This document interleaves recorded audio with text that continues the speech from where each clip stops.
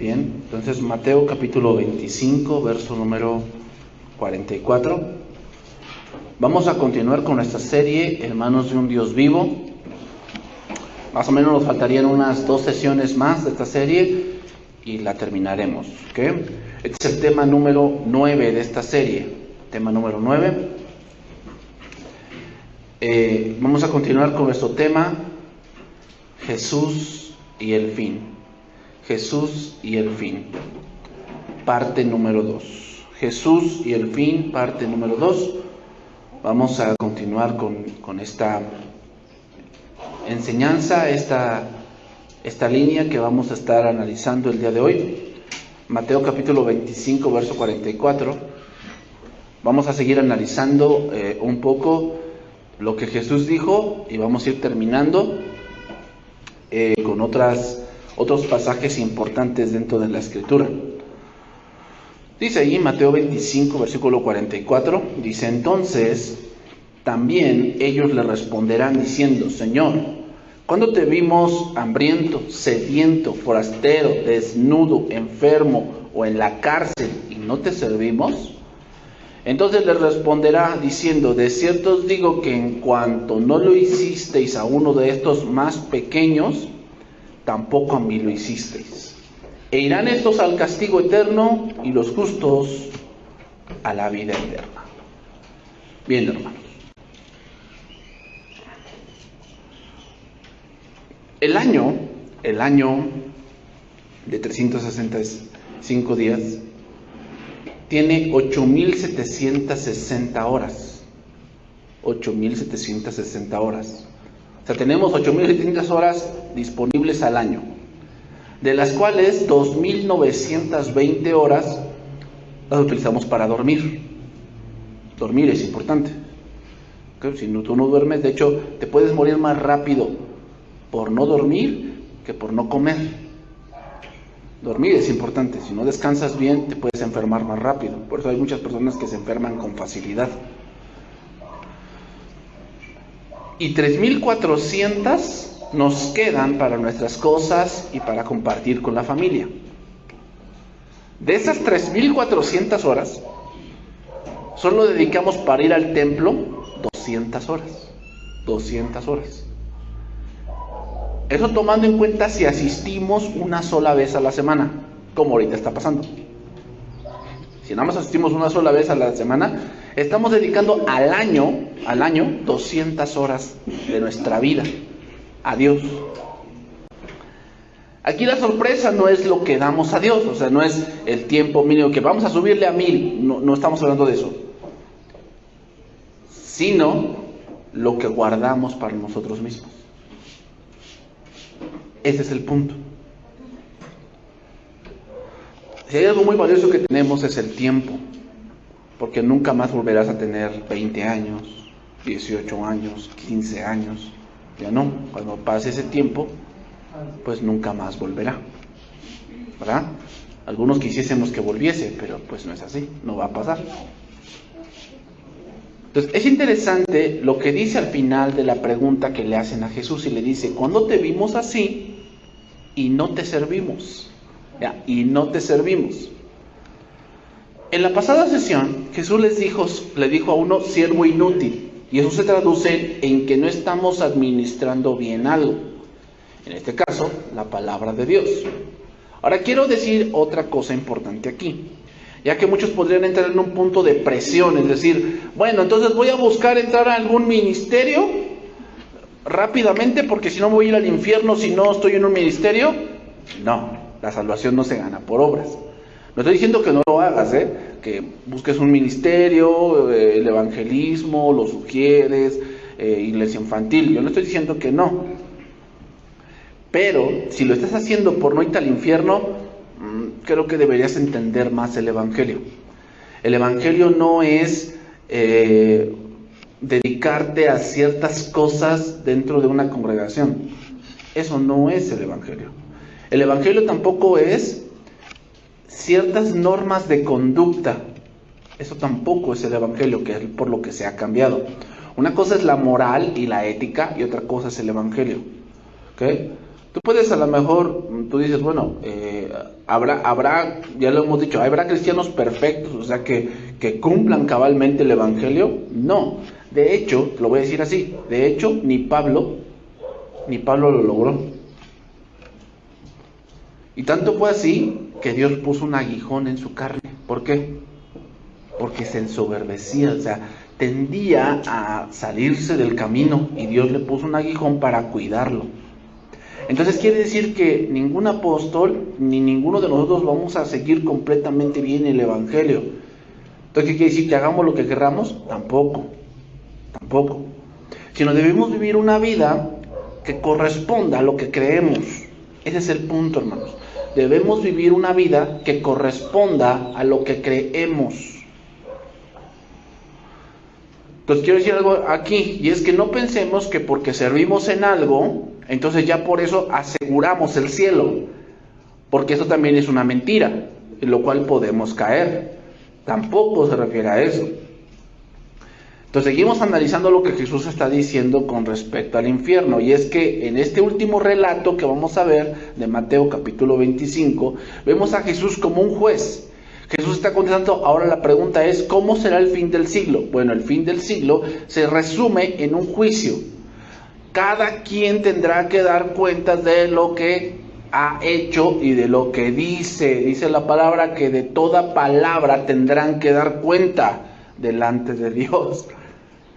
De toda palabra ociosa tendrán que dar cuenta. Entonces vamos a entrar a lo que dijo Jesús en este pasaje. Mateo capítulo 25, voy a empezar en el versículo 31. Ahí voy a empezar.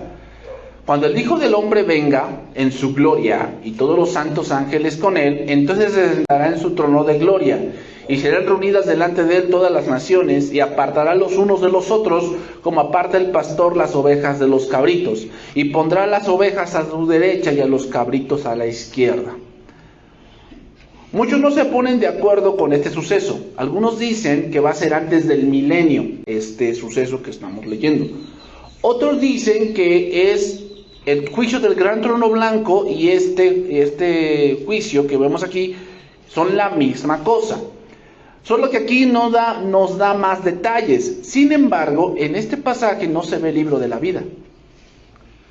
Cuando en el juicio del gran trono blanco sí se juzga a la gente por sus obras, pero al final lo que los lleva al infierno es no haber creído.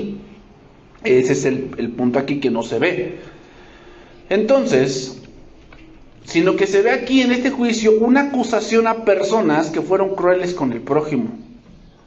Y en este caso con la iglesia, ya que el auditorio que estaba allí eran judíos. No se creían los únicos, que se creían los únicos con derecho a la salvación, los judíos. Pero entramos aquí a lo que dijo Jesús. Lo que vemos primeramente es que habrá una separación. Y es que a la derecha estarán los corderos o las ovejas, y del otro lado, del lado izquierdo, estarán las cabras. La derecha, ¿por qué? Bueno, la derecha significa aprobación, significa alguien que de verdad está del lado correcto en el sentido de que ha hecho la voluntad de Dios. Del lado de la izquierda es el lado incorrecto, el lado de la desaprobación. ¿Ok? Ahora fíjense lo que dice. Sigue diciendo, versículo 34. Entonces el rey dirá a los de su derecha: venid, benditos de mi Padre, heredad del reino preparado para vosotros desde la fundación del mundo. Porque tuve hambre y me diste de comer. Tuve sed y me disteis de beber. Fui forastero y me recogisteis. Estuve desnudo y me cubristeis. Enfermo y me visitasteis. En la cárcel y venisteis a mí. Entonces los judíos, los justos le responderán diciendo: Señor, ¿cuándo te vimos hambriento y te sustentamos, o sediento y te dimos de beber? ¿Y cuándo te vimos forastero y te recogimos, o desnudo y te cubrimos? ¿O cuándo te vimos enfermo o en la cárcel y venimos a ti? Respondiendo el rey les dirá: de cierto os digo que en cuanto lo hicisteis a uno de estos mis hermanos más pequeños, a mí lo hicisteis. Parece ser que Cristo dice que se salvan porque hicieron algo. Eso parece ser lo que está diciendo ahí. O porque fueron hospitalarios, o porque fueron gente que siempre buscó lo mejor para otras gentes. Pero vamos a cruzarlo con otro pasaje y veremos que si esto es así. En Santiago capítulo 2, versículo 14, dice así, lo voy a leer. Santiago 2:14 dice: hermanos míos, ¿de qué aprovecha si alguno dice que tiene fe y no tiene obras? ¿Podrá la fe salvarle? Y si un hermano o una hermana están desnudos, ¿qué dijo Cristo? Porque estuve desnudo y me cubristeis. Dice, si un hermano o una hermana están desnudos y tienen necesidad del mantenimiento, tuve hambre y me disteis de comer. ¿Se dan cuenta cómo si checa las cosas? ¿No? Checa las cosas ahí, dice. Y si alguno les dice, id en paz, calentaos y saciaos, pero no les dais las cosas que son necesarias para el cuerpo, ¿de qué aprovecha? Así también la fe, si no tiene obras, es muerta en sí misma. Pero alguno dirá, tú tienes fe y yo tengo obras. Muéstrame tu fe sin tus obras, y yo te mostraré mi fe por mis obras.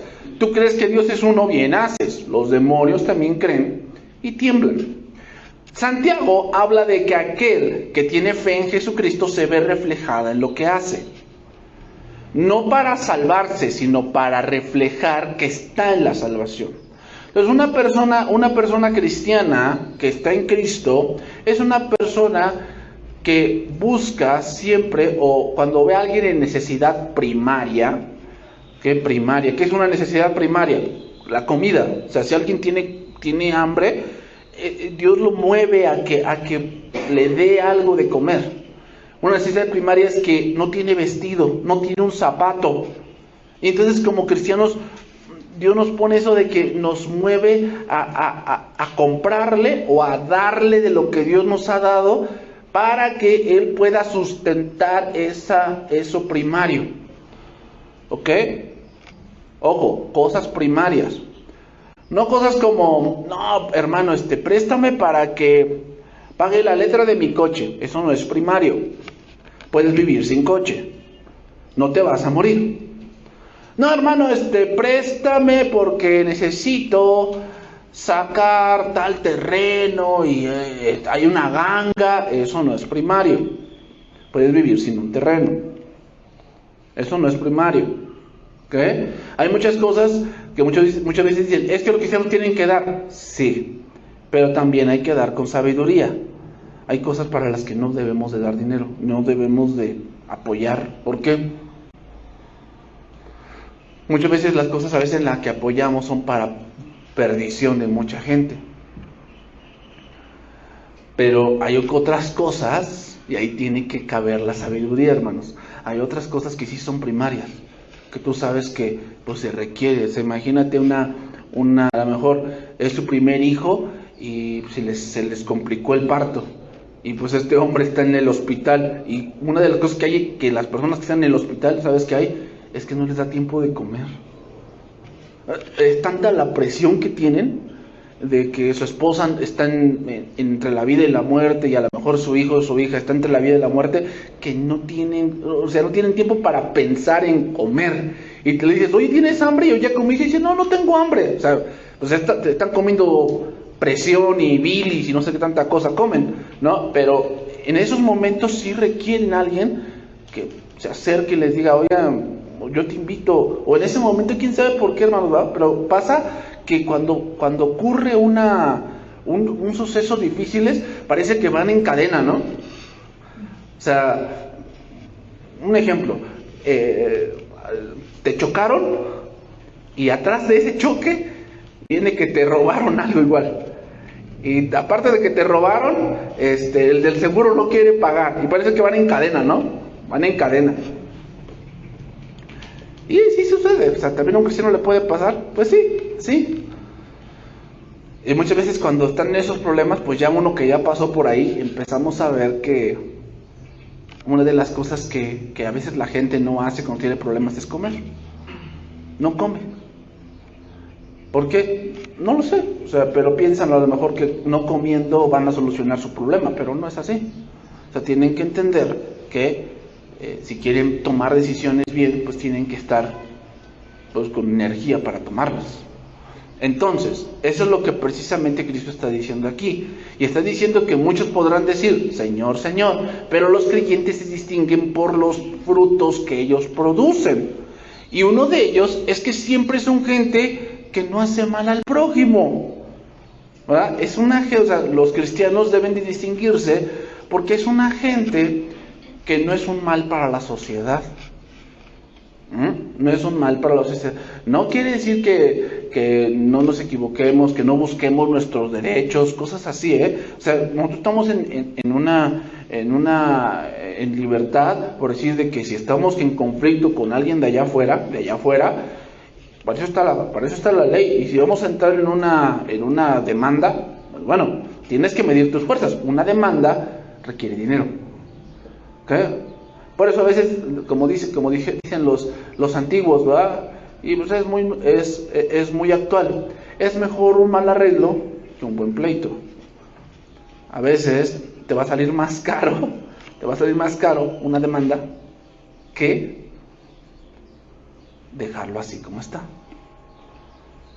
Tenemos que tener esa sabiduría para saber qué vamos a hacer. ¿Ok? Pero eso no quiere decir que no podemos ir a la justicia. O los del mundo.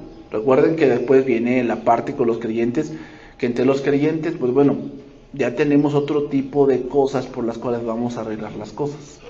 ¿Ok? Pero cuando es con uno del mundo, pues es lógico que podemos buscar nuestros derechos. Sí, obviamente que sí. Que tenemos derecho a votar también. Que tenemos derecho a un trabajo. Que tenemos derecho a una familia. Que tenemos derecho a una posesión. Sí, está bien. Pero imagínate un creyente que está inmiscuido en, no sé, en la trata de blancas. Eso no se comprende. Y siempre la típica es que para hablarles de Dios. ¿Sí? Para hablarles de Dios. ¿Cuándo le vas a hablar de Dios? Cuando tenga un trabajo y los lleve al hotel y ahí le vas a decir, no, ¿Cristo te ama? O sea, hay gente que así se la saca, hermanos, y tengan cuidado. O sea, hay mucha gente que pone de pretexto ese tipo de cosas que nada que ver. Entonces, Cristo está diciendo que hay mucha gente que va a decir Señor, Señor, pero no actúan como si Cristo fuese su Señor. No actúan así. Actúan de una manera deliberada, de una manera que ellos rigen su vida, ellos rigen lo que está bien y está mal. O sea, y dicen que son cristianos. Tú dices, ¿de cristianos de dónde? Y hay cristianos así, yo conozco varios que así rigen su vida. O sea, que no les importa lo que la Biblia diga. Ellos van a hacer lo que ellos digan. Ah, pero son cristianos. Ay, pues bueno, está bien. ¿Ves? Seguimos ahí, Marcos 12:38. Acercándose, fíjate, voy a leer otro pasaje acerca de esto. Mira. Acercándose uno de los escribas, Marcos 12:28.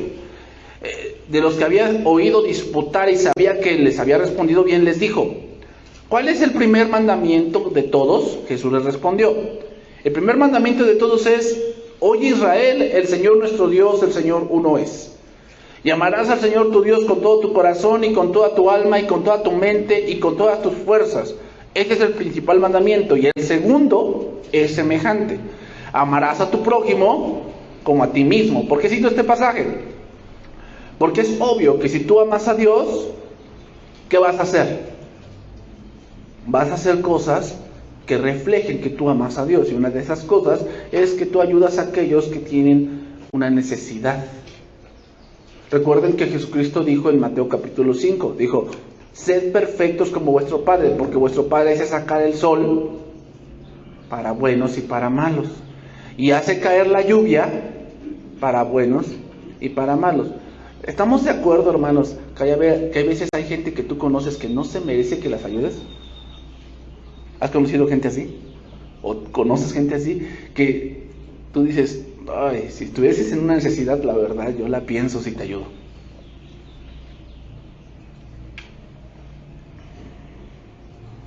¿Por qué? Porque dice la palabra, se han hecho abominables. Abominable significa, lo vamos a ver más adelante, pero es una persona que vive una vida donde la gente lo aborrece, donde no puede convivir con la gente, o sea, es una gente aborrecible, o sea, son gente de esas que no quieres tener cerca. Bueno, entonces dice, no hay otro mandamiento mayor que estos. Luego dice, entonces el escriba le dijo, bien maestro, verdad has dicho, que uno es Dios y no hay otro fuera de él. Y el amarle con todo el corazón y con todo el entendimiento y con toda el alma y con todas las fuerzas, y amar al prójimo como a uno mismo es más que todos los holocaustos y sacrificios. Y Jesús entonces, viendo que había respondido sabiamente, le dijo, no estás lejos del reino de Dios. ¿Por qué le dijo eso Jesús? No estás lejos del reino de Dios. ¿Sabes qué le faltaba a ese escriba? Creer. Sabía lo que producía, pero no empezó por el principio. Entonces, eso nos enseña, hermanos, que nadie se va a ganar el cielo por cuidar gente. O sea, la Madre Teresa de Calcuta, que cuidaba leprosos, ¿se fue al infierno por eso? Digo, ¿se fue al cielo por eso? No. O sea, yo no sé, tal vez sí conoció de Cristo, tal vez sí tuvo un encuentro, yo no lo sé. En las biografías que yo he leído, no lo dice. Muchos remarcan más lo que ella hizo, que estuvo allí, que esto y que el otro, pero ella no es la única que ha cuidado leprosos. Yo conocido o he leído de varias gentes en África, en esta parte, en los años en los años de la peste negra, uno de los refugios que más había, hermanos, eran los cristianos. Cuando era la peste negra, la gente se iba a refugiar con los cristianos, porque cuando una familia tenía un enfermo de peste, ¿sabes lo que hacían? Lo aventaban a la calle. Y no lo querían en su momento, lo aventaban literalmente a la calle y le cerraban la puerta y ya no lo dejaban entrar. Entonces adivina con quién iban a comer. Con los cristianos. ¿Sí? O sea, estas son cosas que hay documentos ahí que de la historia que ahí se ve, que se lee eso.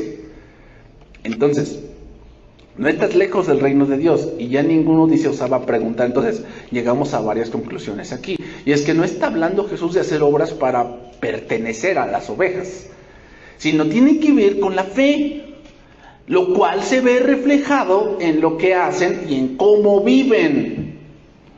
Ahora retomo los versos nuevamente. Versículo 34 del capítulo 25 de Mateo. Retomo los versículos. Dice ahí, entonces el rey dirá a los de su derecha, venid benditos de mi Padre, heredad del reino preparado para todos vosotros desde la fundación del mundo.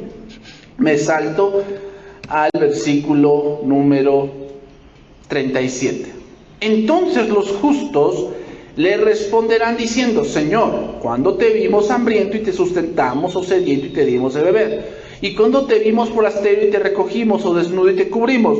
¿O cuándo te vimos enfermo o en la cárcel y venimos a ti? Y respondió el Señor o el rey y les dirá, de cierto os digo que en cuanto lo hicisteis a uno de estos mis hermanos más pequeños, a mí lo hicisteis. Ahora, debemos poner un punto importante, porque muchas de las cosas que hoy conocemos iniciaron con una buena intención, por decir, anexos, monasterios, programas de rehabilitación, escuelas exclusivas para cristianos, ¿sí? Por decir, Harvard fue un monasterio, Yale fue un monasterio, la Universidad de Cambridge, allá en Inglaterra, también fue un monasterio. La Universidad de Artes de París era un monasterio, ahí estudió Juan Calvino. O sea, iniciaron con buenas cosas, escuelas exclusivas, asociaciones, empresas. La empresa de Henry Ford, que es el que hizo los autos Ford, era cristiano.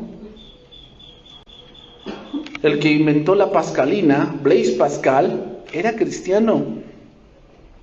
Esta mujer que murió de cáncer por física, Madame Curie, también era cristiana.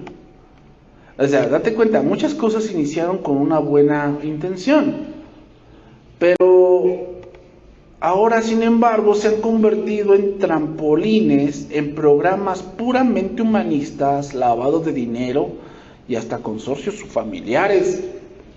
Entonces, ¿será que Dios quiere que hagamos organizaciones para ayudar a presos y enfermos mentales? Esa es una buena pregunta. ¿Qué podríamos encontrar? Muchas directrices. Yo no voy a decir aquí si sí o si no, porque, bueno, tendré yo que tener más información para decirles que sí o si no. Solo mencionaré que muchos han ido por este camino y no por eso estarán a la derecha, ¿eh? O sea, tenemos que ir a un punto más importante. ¿Por qué otra cosa, hermanos? ¿Los del mundo pueden hacer lo mismo? O sea, ¿pueden dar alimento a los pobres? Sí. ¿Y visitar enfermos? Sí. ¿Visitar a los de la cárcel? Sí. Pueden hacer lo mismo. Entonces, ¿cuál es la diferencia? ¿Cuál es la diferencia? La diferencia está que sabemos cuál es el punto del problema, y es lo espiritual. No quiere decir que el cristiano no ayude, no quiere decir que no hagamos eso. O sea, que a veces pues, vemos a una gente que no tiene una chamarra y pues le damos una chamarra sin esperar algo a cambio. Sin embargo, ese no es el evangelio. Está bien que ayudemos a gente, sí, está bien. Y está bien que haya iglesias que a veces abran la congregación para que gente desvalida de la calle se quede ahí en la congregación. ¿Tú has visto en Estados Unidos? Eso se da más en Estados Unidos, se les llama casas de fe o casa de esperanza.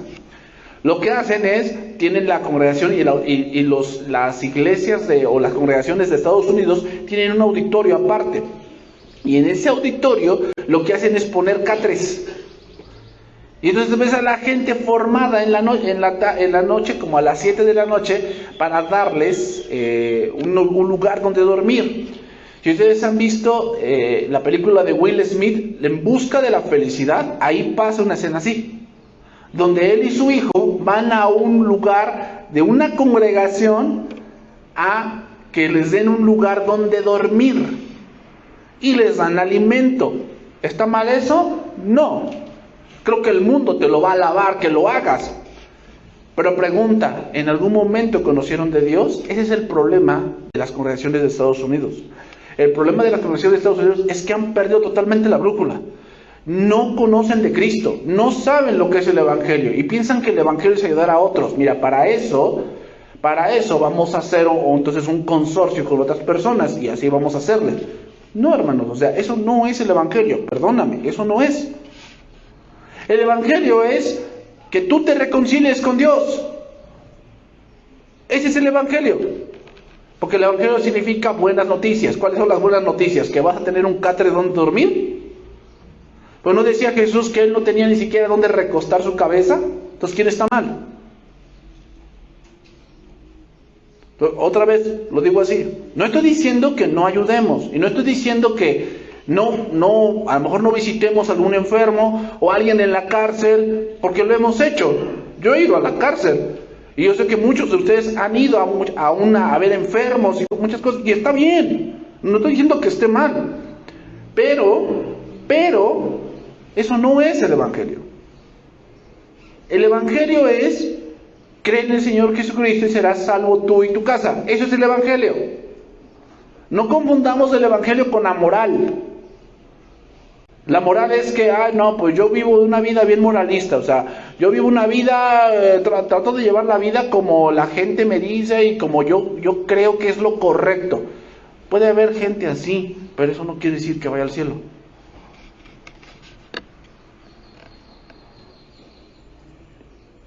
Yo sé que hay que hacer una labor social porque la iglesia tiene que impactar a nuestra sociedad, a nuestra colonia. Sí, está bien. Está bien. Pero si tan solo con acatar reglas sanitarias muchas iglesias no lo hacen, ¿qué impacto causa en la sociedad ese tipo de congregaciones? Que a pesar que les dicen que, por decir, que no se podían aglomerar o que no se podían congregar ciertos días, y cuando ellos abren, ¿qué impacto le dan a la sociedad con eso? ¿Que tienen mucha fe? ¿Tú piensas que la gente piensa eso? No, si me dan ganas de ir a esa congregación porque allá hay mucha fe. ¿Tú piensas que piensan eso? No. ¿Sabes qué les dicen? No, pues esos cristianos son bien rebeldes. Esos cristianos pues están locos. ¿Te das cuenta?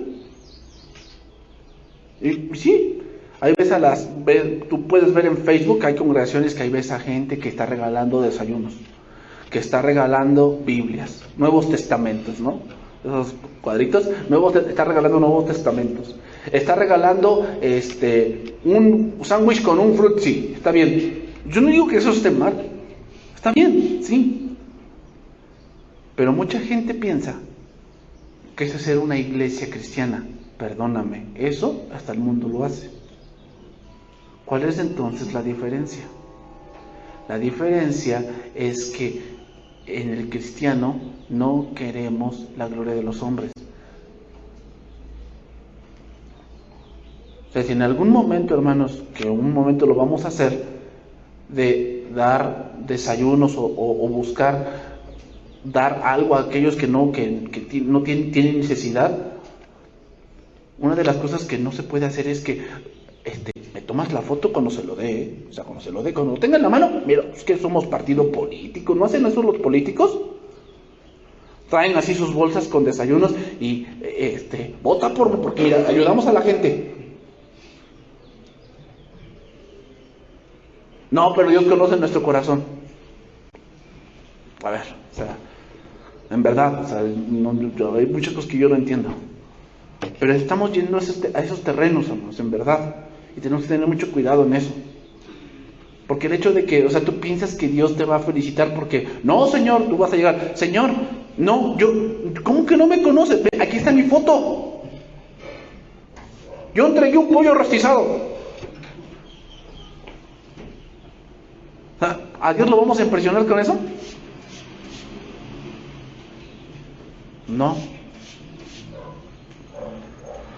Quiero poner otra cosa en el panorama. ¿Por qué preguntan, Señor, ¿cuándo te vimos hambriento? ¿Por qué preguntan eso? ¿Qué no se supone que si sí lo hice, pues van a decir, ay, Señor, sí, es que tú sabes que yo te amaba mucho?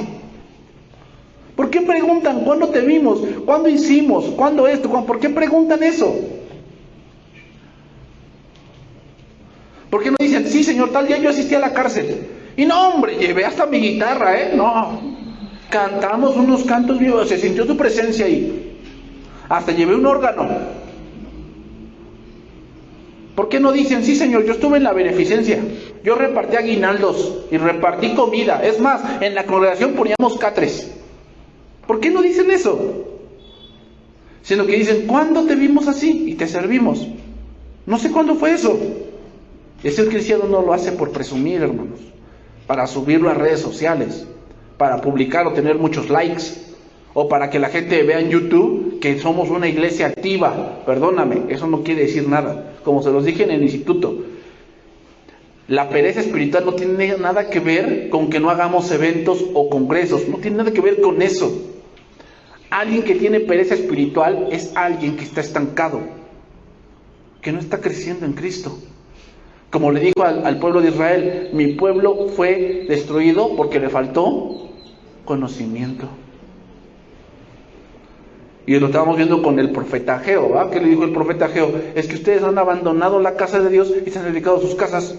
Eso es tener pereza espiritual. O sea que para todo tienes tiempo menos para Dios. Con Dios sí hay pretexto. Con Dios nunca tengo tiempo, no puedo. Es que no me da tiempo, es que esto, es que el otro. Pero no fuera para ganar plata, porque pues ahí sí tengo tiempo, sí puedo. Eso es una pereza espiritual. ¿Por qué? No quieres crecer. No quieres crecer. Simplemente te sientes cómodo. Eso es lo que tenía el pueblo con el profeta Ageo. Estaba cómodo.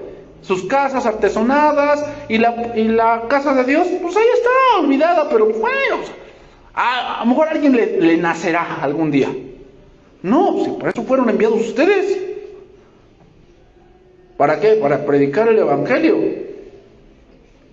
Pero de Jesús, ¿sabes con cuáles cosas tuvo más problemas? Con la gente oportunista. ¿Te acuerdas Juan capítulo 5? La alimentación de los 5,000.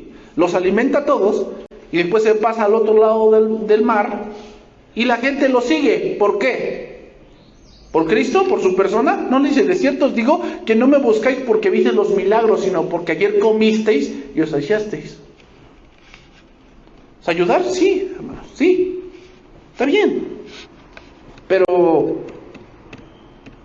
¿cuánta de esa gente que estuvo tal vez en un catre, en una congregación, se va a ir al infierno? Porque eso no es el Evangelio.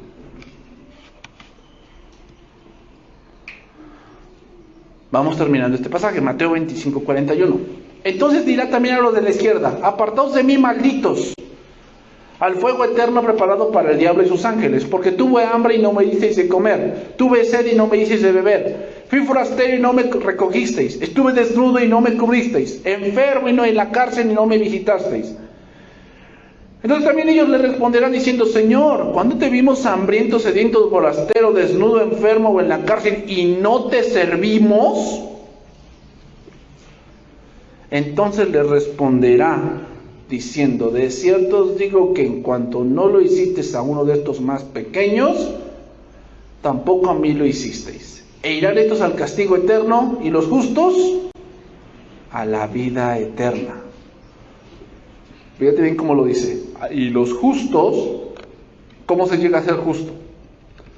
Romanos 5:1. Justificados pues por la fe, tenemos paz para con Dios por medio de nuestro Señor Jesucristo. Entonces, nos dice una clave: ¿quieres venir a la vida eterna? Los justos. ¿Y por qué si sirvieron a Dios? Porque estaban en la fe. Ahora, vienen los de la izquierda y vemos que la balanza de justicia es la misma. Y es: no me sirvieron. Ellos preguntarán: ¿pero cuándo? Entonces, el que no tenga un orfanato cristiano, ¿es símbolo de que se va a ir al infierno?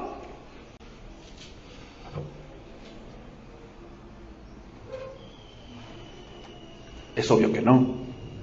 Sin embargo, para comenzar por esta parte de ver por el prójimo, es primero amar a Dios y después viene lo del prójimo. Sin duda hay muchos que ayudan allá afuera y sin duda hay bendición para ellos. Sin embargo, eso no quiere decir que están ganando el cielo. O sea, sí, sin duda hay gente que ayuda a gente allá afuera y Dios les bendice, porque hay cosas. Las bendiciones de Dios no solamente son para nosotros. Cualquiera que ande en los mandamientos de Dios va a traer una bendición para él, aunque no sea creyente. O sea, hay gente que sabe tener palabras. Y Jesucristo dijo que tu hablar sea ¿qué? Sí, sí, no, no. Porque todo lo que sale de esto de mal procede o mal acaba. Hay mucha gente a la que le gusta jurar mucho, ¿verdad? Principalmente a veces los borrachitos dicen: no, es que yo estoy jurado, ¿no? Por eso no bebo, estoy jurado. Y después, no, pues un día de desliz, sabes que dice la palabra de Dios que es mejor que no jures, porque si no va a venir el Señor a reclamar tu juramento, y una de ellas es el matrimonio. El matrimonio es un juramento. ¿Por qué crees que a mucha gente les va mal? Porque Dios va a venir a reclamar ese juramento. Mejor no jures. Mejor que tu hablar sea sí, sí o no, no. Sí, o sea, y esas son reglas de la Biblia. Hay gente que se rige así, tiene una bendición. Pero hay gente que no se rige. O sea, no es solamente porque sean malos, hermanos. Sino porque, ¿qué? Hacen cosas que van en contra de la bendición de Dios. Entonces, el veredicto para estos que son inútiles es que recibirán su merecido. Nadie se gana el cielo por obras, pero las obras sin duda son una muestra de que estamos en la fe. Y siempre nos dolerá ver a otros sin comida o sin lo necesario. Sí, nos duele. Un cristiano tiene esa sensibilidad de cuando ve una necesidad primaria, busca o trata de suplirla. O sea, es una gente, el cristiano debe ser una gente, o debemos ser gente que busquemos, que cuando vemos una gente que no tiene que comer y lo ves que de verdad, o sea, últimamente aquí en la ciudad vemos a gente, hermanos, que luego se ve que vienen de lugares marginados. O sea, ¿has visto gente en las esquinas que son o sea, que tienen a su, me sorprende, tienen a su niño cargando, los que pasan por los cruceros, tienen a su niño cargando y aquí echando bolitas? Y yo así los veo a las señoras y digo, wow, o sea, tienen un niño aquí amarrado y están haciendo malabares. Y muchos podrán decir, no, pero esto y el otro, lo demás allá. Bueno, pero tú les ves en su rostro y te das cuenta que no han comido. Tienen los labios hasta cenizos. Ves hasta su rostro así como hasta cansado de que no han comido. Y eso te debe de mover a misericordia. El cristiano debe ser así. Ojo, otra cosa, nunca vamos a erradicar la pobreza, ni nunca vamos a erradicar a, ¿quiénes? A los hambrientos, nunca. Esa no es la misión de la iglesia, ¿eh? La misión de la iglesia no es erradicar la pobreza, ni erradicar a los hambrientos. Eso no es la misión de la iglesia.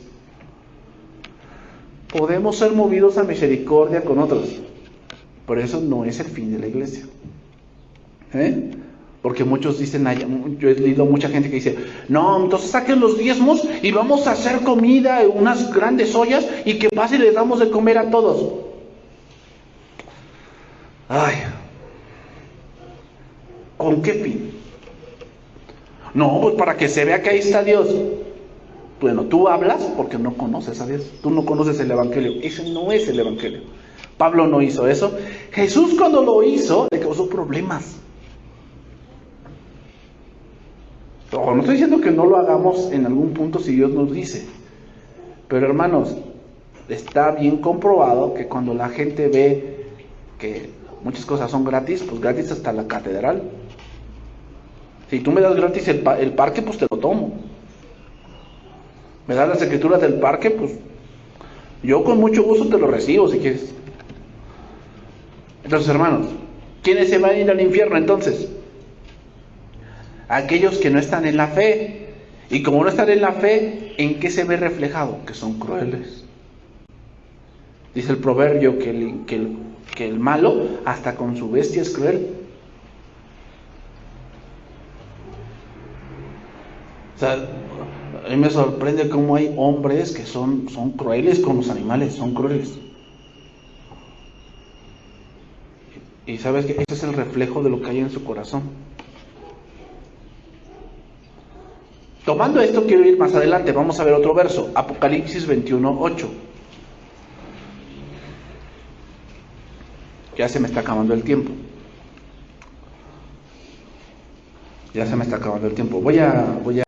Vamos a ver otro pasaje más aquí. Y quiero tocar algunos puntos acá. Dice Apocalipsis 21:8. Es lo que dice. Apocalipsis 21:8.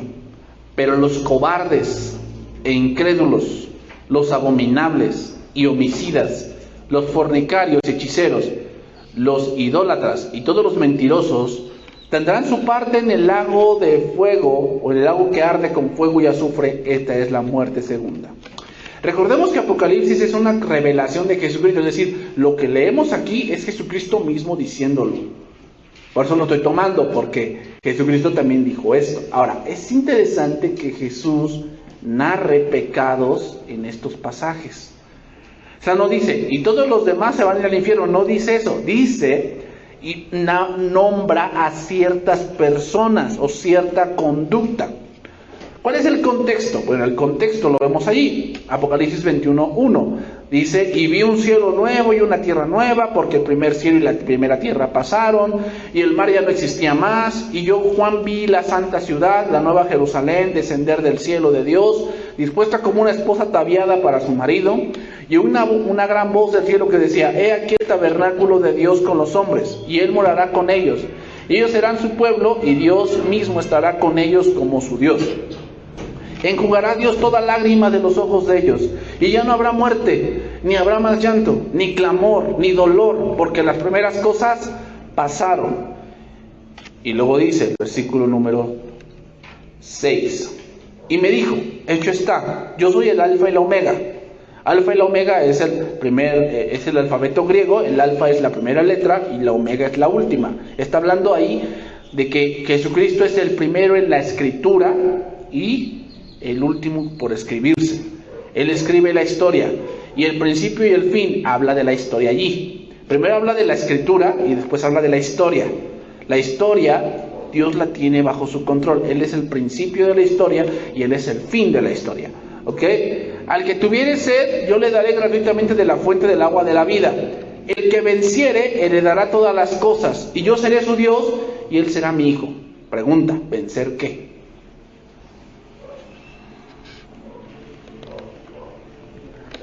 En el Apocalipsis encontramos dos ciudades. La primera, Babilonia, la gran Babilonia, Apocalipsis 19. Ahí vemos a Babilonia. Y aquí vemos a la Nueva Jerusalén. Babilonia representa todo lo que son los placeres, los vicios, los pecados, todo lo que el hombre ha utilizado y utiliza para satisfacerse a sí mismo.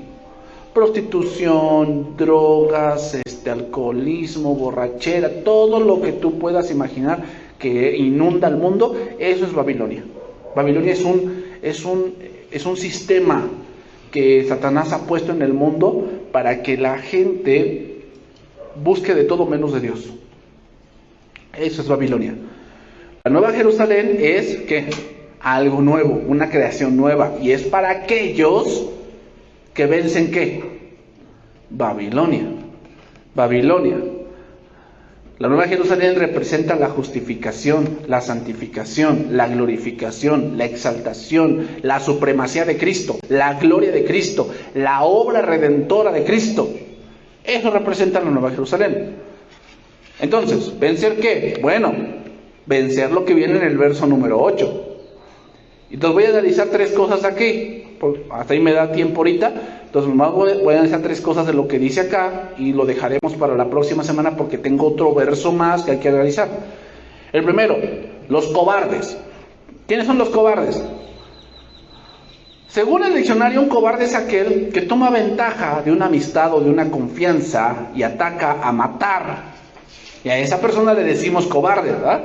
No es que me atacó por la espalda, es un cobarde.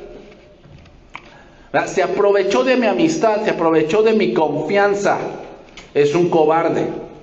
Pero aquí cobarde, en el griego que se utiliza aquí, es alguien que regresa. O sea, básicamente es un apóstata.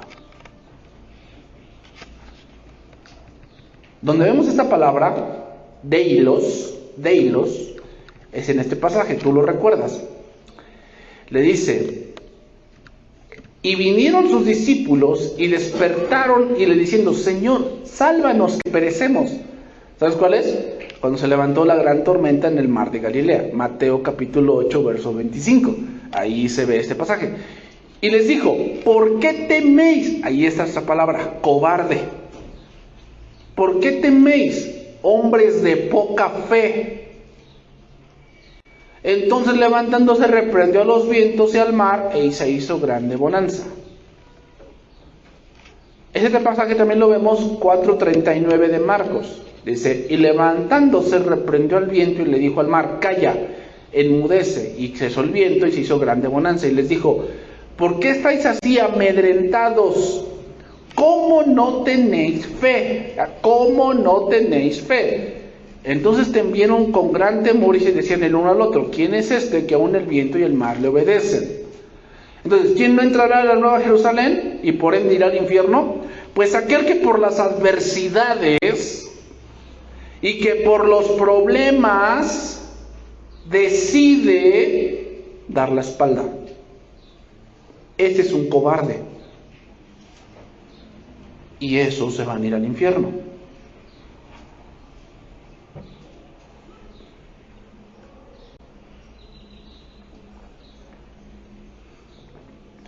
Si alguien, porque no, pues es que mi papá me dijo que me va a desheredar porque me convertí en cristiana. Ya me dijo que mi mamá, mi mamita querida, que Dios la bendiga mucho, que no, que ella no me educó así. Ella no me educó así, ella no me enseñó eso, que la he traicionado. Y pastor, pues usted entiende. O sea, yo conocí primero, antes que a Dios, familia. Bueno, yo te diría, está bien, has tomado tu decisión, está bien. Lo único que te voy a decir es que hay un lugar en el infierno para ti. Porque los cobardes no van a ir al cielo. Otro lo apliqué con la mamá, pero lo aplique lo que tú quieras. Nada más que ya me dijeron que si me sigo con eso de cristiano, me van a correr del trabajo, y pastor, yo no puedo perder el trabajo. O sea, el trabajo es algo que no, o sea, hay que cuidarlo mucho y pues bueno, no puedo perder el trabajo por Dios. ¿Está bien? ¿Está bien? Tú has tomado tu decisión, está bien. Pero nada más te digo que hay un lugar en el infierno para ti, porque los cobardes no entrarán en el reino de los cielos. Entonces ese es un cobarde. No es aquel que te tira por la espalda. No. Un cobarde es aquel, según aquí la palabra, es aquel que por las dificultades se hace para atrás. Y ya no quiere. Segundo, los incrédulos. La palabra griega aquí es apistos. Apistos. Y se refiere a una persona que es indigna de confianza. Es un infiel. Es un infiel.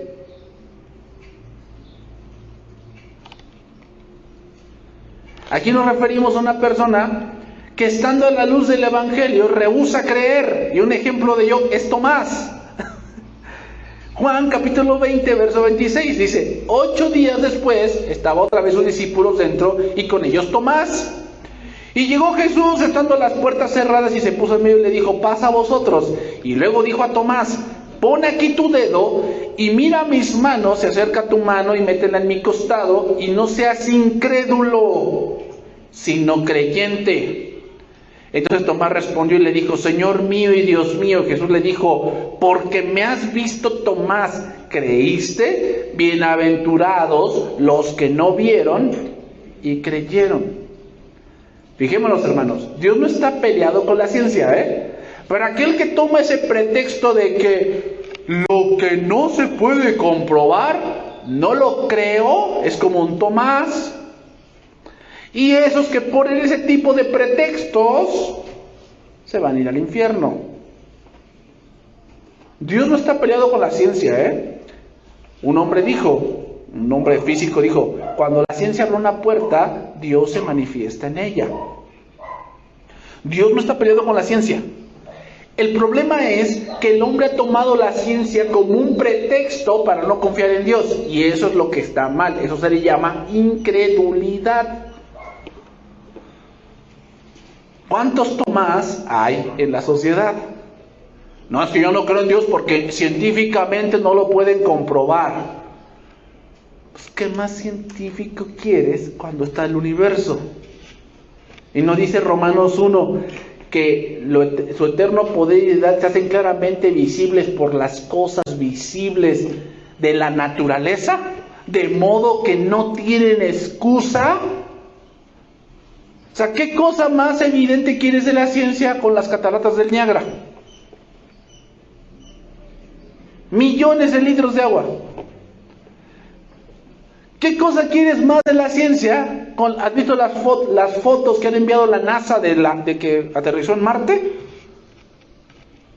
O sea, esas fotos hacen ver la gloria de Dios. Fotos del sistema solar, del cometa Halley. Fotos de los abismos de los mares, de la Ribera Maya, de los arrecifes, de peces que a lo mejor son tan desconocidos, animales que son tan sorprendentes, flores y fauna que tienen colores impresionantes, que aún Jesús dijo: ni aún Salomón con toda su gloria se vistió como uno de ellos. Y si aún así dice: no, yo no creo, porque eso no es científico. Esas personas tienen un lugar en el infierno.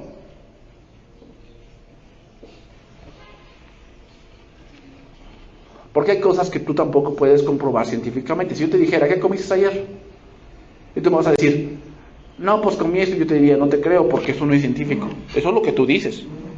Compruébamelo. ¿Se puede comprobar? Sí. ¿Sabes cómo se podría comprobar?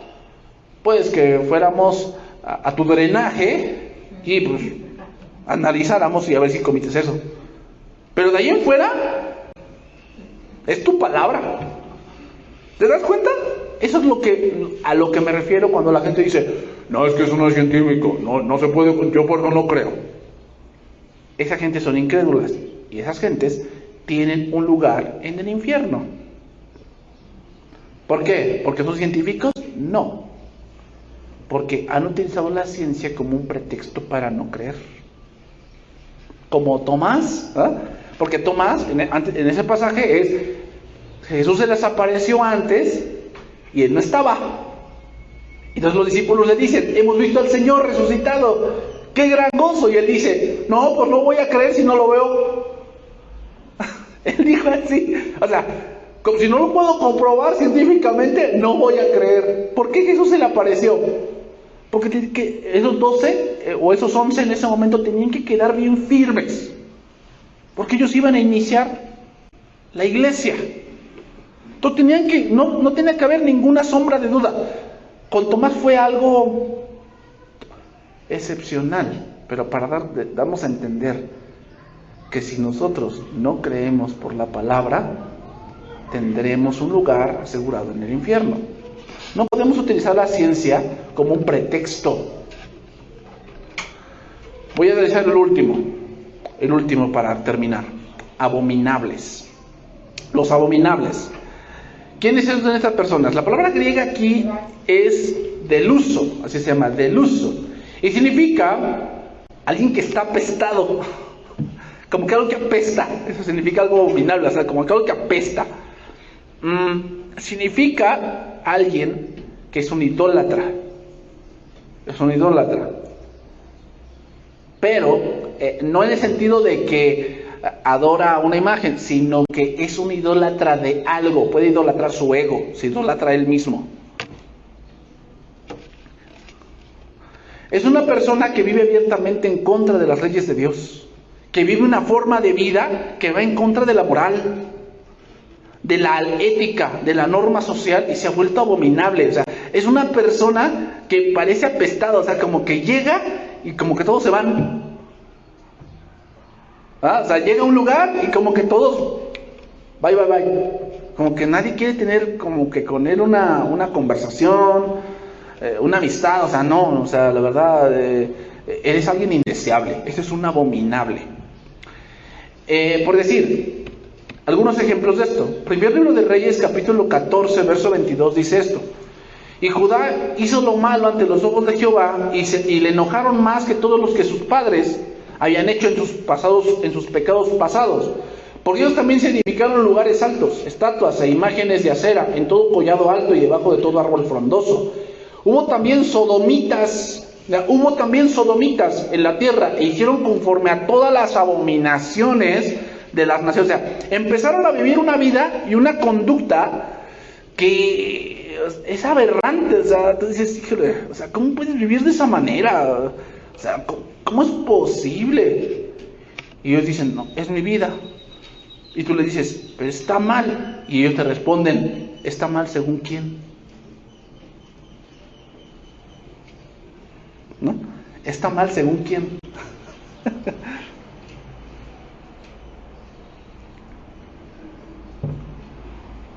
Y aguas, por eso. Porque ese es el razonamiento que muchos del mundo tienen, y te la van a decir. Tú les vas a decir, oye, pero eso está mal. Eso está mal.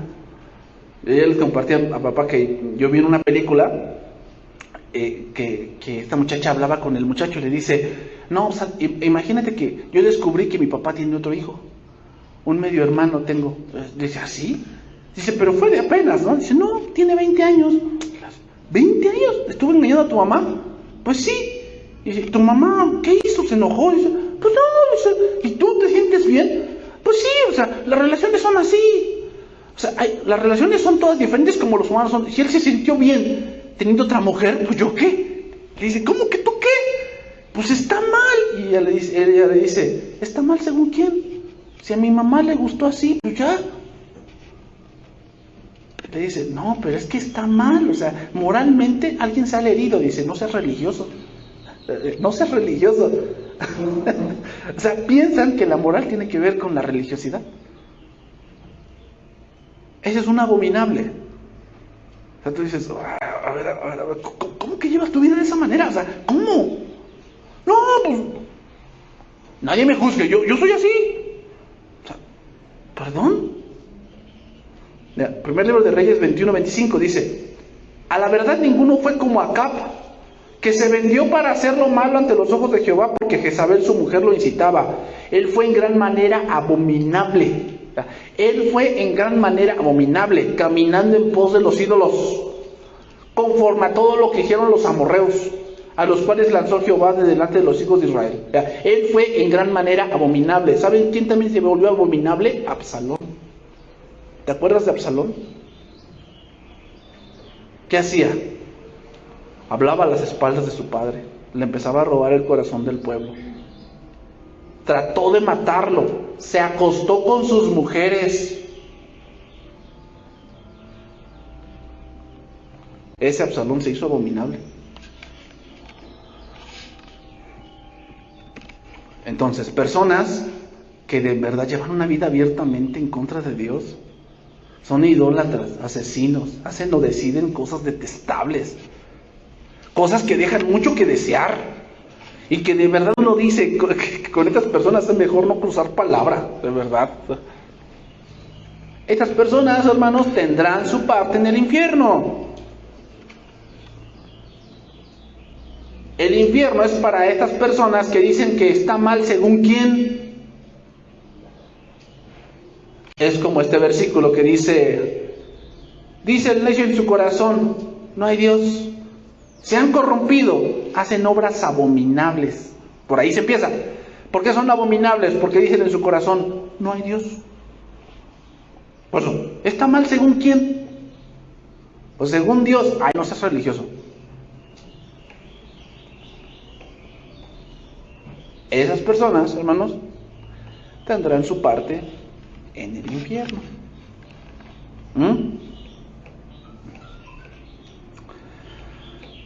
Aquí lo voy a dejar, hermanos, porque todavía nos falta ver algunas otras partes de este pasaje, capítulo número 21, verso número 8. Falta ver a los homicidas, que entendemos quiénes son, los fornicarios, hechiceros, a los hechiceros, ¿no? A los de, todos los de, allá, de los de Catemaco, sí se refiere a eso. Pero también hay otro tipo de hechicería, hermanos, otro tipo de hechicería. Y es, ¿te acuerdas cuando en Gálatas Pablo dice, oh Gálatas insensatos, ¿quién los hechizó? ¿Quién los hechizó? Y ahí no habla de que los judaizantes hicieron un menjurje.